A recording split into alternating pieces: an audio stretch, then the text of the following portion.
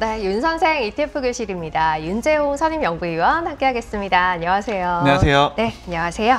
자, 오늘은 특징 ETF 어떤 것들 준비해 오셨는지 일단 화면으로 먼저 키워드부터 보겠습니다. 자, 오늘 소개해드릴 것들은 미국채 관련 ETF, 일본 금리 관련해서 일본 은행 이슈와 함께 금리 어떻게 움직였는지 해서 이제 또 은행주들은 어떻게 움직였는지 살펴보도록 하죠. 중국 관련한 ETF에 대한 이야기도 잠깐 나눠보도록 하겠습니다. 자, 우선은 매주 정해져 있는 코너 같아요. 금리 이야기를 매주 하고 있는데요. 미 국채금리 움직임 보면 일단 장기물 금리가 5% 넘기기도 했었습니다만 한 주간은 좀 안정화되나 싶은 움직임도 있었어요. 상황 어떤지 좀 짚어볼까요? 네, 말씀 주신 것처럼 거의 이제 고정 코너처럼 이제 미국 국채에 관련된 말씀을 좀 드리고 있는데요. 우선 소폭 안정화되는 모습을 좀 보이긴 했습니다. 역시나 화면 보면서 좀 말씀드려보면요.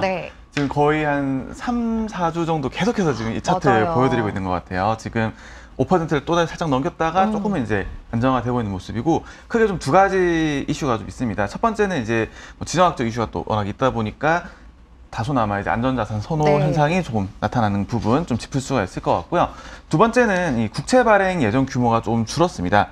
우선 4분기에 이제 예정 규모들이 계속 나오는데 4분기에 한 7,760억 달러 정도 차익 계획이 나왔는데 이게 7월 예측보다는 한 760억 달러 정도 좀 줄어든 수치예요. 일단 이유를 좀 찾아보면 이제 자연재해라든가 이런 것들로 좀 납부가 늦춰졌던 소득세들이 좀 다시 들어오면서 세수들이 좀 유입이 됐고, 그러다 보니까 조금 이제 계획을 낮췄다라는 부분 좀 있을 수가 있었고요.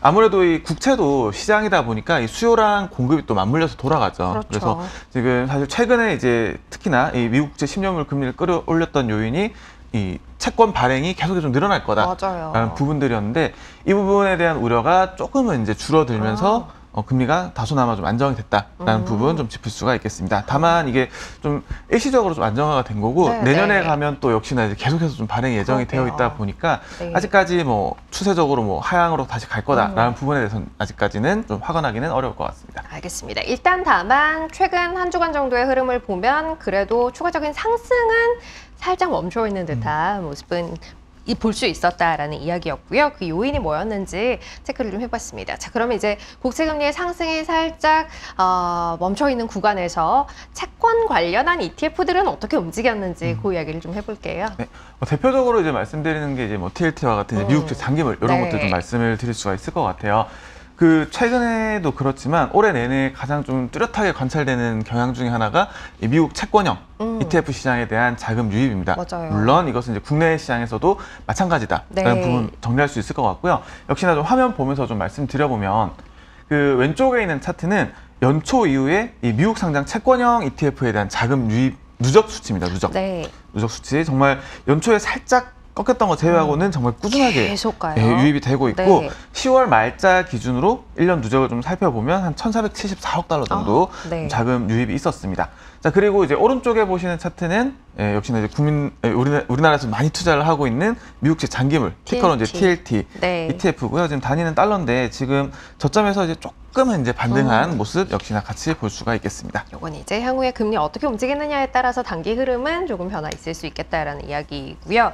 금리 이야기 했으니까 금리 이야기 조금 더 해보도록 할게요. 사실 미국 금리만 이슈였던 게 아니라 일본도 그러하죠. 이번 주 BOJ 통화정책회의 앞둔 상황에서 일본의 10년물 국채금리가 10년 만에 고점을 또 찍기도 했어요. 연동해서 움직인 ETF들의 움직임 어땠는지 좀 볼까요? 금리와 연동해서 움직이는 대표적인 어떤 섹터라든가 산업이 이제 금융주, 특히나 이제 은행주가 될 것 같아요. 역시나 이제 일본 국채금리 같은 경우도 이제 꾸준하게 상승적인 흐름 보이고 있고, 그러다 보니까 이 일본 은행주 ETF도 역시나 좀 동반해서 상승하는 모습을 볼 수가 있습니다. 지금 이제 화면에서 보시는 왼쪽 차트의 이 검은색 부분선, 이게 이제 일본 은행주 ETF예요. 보시게 되면 연초 이후로 굉장히 좀 꾸준하게 지금 올라오고 있는 모습이고, 최근에 좀 일본 증시가 조금 흔들리는 모습 보임에도 불구하고 여전히 이제 일본 은행주들은 역시나 좀 계속해서 강한 모습 좀 보여주고 있다. 그리고 이제 주황색 선은 이걸 먼저 좀 말씀을 드렸어야 되는데, 주황색 선은 이제 일본 국채 10년물 금리입니다. 역시나 꾸준하게 좀 올라가고 있고, 특히나 이제 이번에 정책 수정이 또 나오면서 다시금 이제 좀 더 이제 금리가 탄력을 받는 모습 볼 수가 있을 것 같아요. 자, 그리고 이제 이 오른쪽에 있는 차트, 빨간색 선은 역시나 앞에서 이제 검은색 선으로 나타났던 이제 일본 은행주 ETF고요. 자주색 이 면은 이 누적 자금입니다. 보시게 되면 2023년 8월을 기점으로 해서 좀 자금 유입이 이루어지고 있다가 한 번에 좀 확 자금이 유입되는 모습 역시나 관찰을 할 수가 있겠습니다. 알겠습니다. 자, 그럼 이제 그 다음 내용을 좀 볼 텐데 중국 얘기를 좀 해볼까 해요. 오랜만에 반등했어요. 네, 정말 오랜만에 반등을 했습니다. 네. 역시나 이제 가장 큰 이슈는 중국 국채 발행, 1조 원 규모 정도의 국채 발행이 있었고요.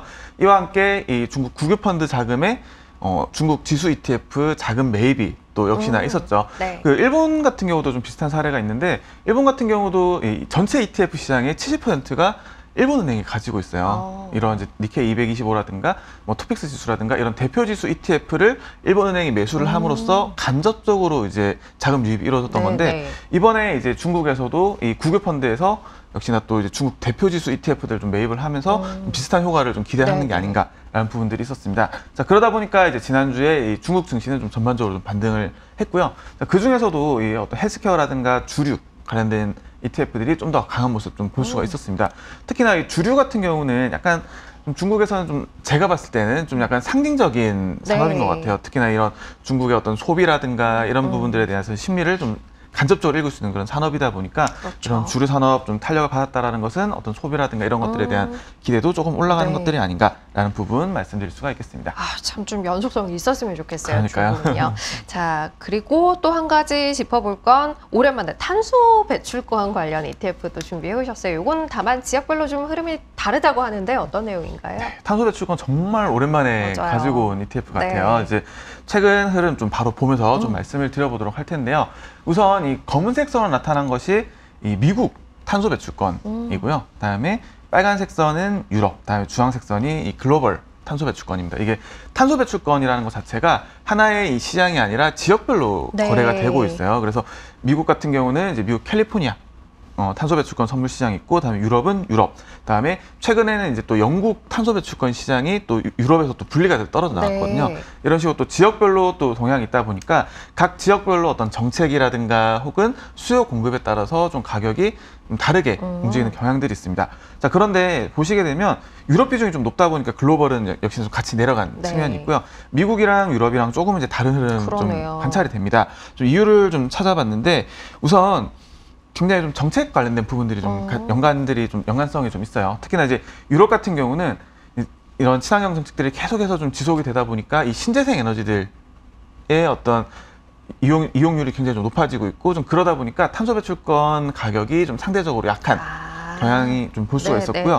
미국 같은 경우는 조금 이제 정책이 좀 늦어지는 경향, 그다음에 이 캘리포니아 제외하고 뭐 워싱턴주라든가 이런 곳에서도 이 탄소 배출권을 이제 도입하려는 좀 움직임들이 좀 보이면서 미국 내에서도 어떤 시장 확대라든가 그런 기대감들이 좀 작용했다라는 부분 말씀드릴 수가 있겠습니다. 신재생 에너지 관련한 정책이 조금 지연됐던 게 탄소 배출권에는 미국 시장에서는 좋은 흐름으로 이어졌다라고 봐야겠네요. 알겠습니다. 자, 그럼 이제 특징 ETF 마무리하도록 하고요. 시장에서 지표로 읽을 수 있을 만한 것들에 대한 이야기 이어가도록 할게요. 오늘 준비한 건 BDI예요. 얼마 전에도 사실 저희 BDI에 대해서 이야기를 좀 했었는데 다시 좀 아래로 방향을 틀었어요? 그렇죠. 지금 BDI 지수 지난주에 좀 하락을 했습니다. 좀 주간 단위로 이제 두 자릿수 넘는 하락률을 보였고요. 좀 차트 보면서 좀 바로 말씀드리면 이제 BDI랑 이제 원유 두 가지를 좀 정리를 같이 했는데, 일단 BDI 먼저 좀 말씀드려보면 약간 이제 수요 둔화 관련된 부분들이 좀 내용들이 좀 나오고 있습니다.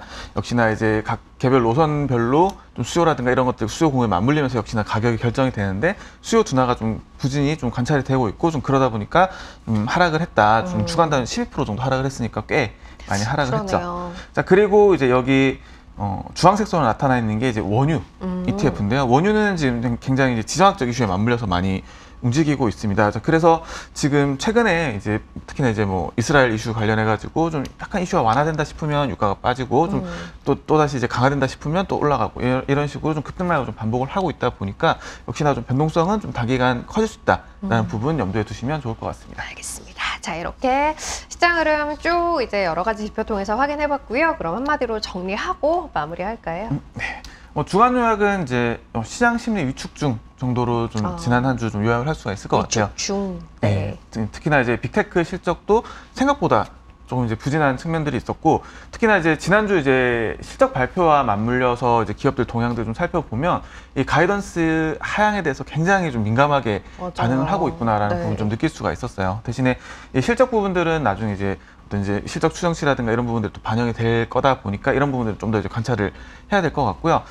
특히나 이번 주 들어서 조금 이제 긍정적으로 볼 수 있는 부분들은 어떤 채권이라든가 이런 부분들 조금 이제 안정화될 수 있는 부분들, 그런 부분들도 역시나 유념해서 같이 봐주시면 좋을 것 같습니다. 알겠습니다. 자, 오늘 윤 선생 ETF 교실은 여기까지 하고 마무리하도록 할게요. 윤재용 선임연구위원 함께했습니다. 고맙습니다. 고맙습니다.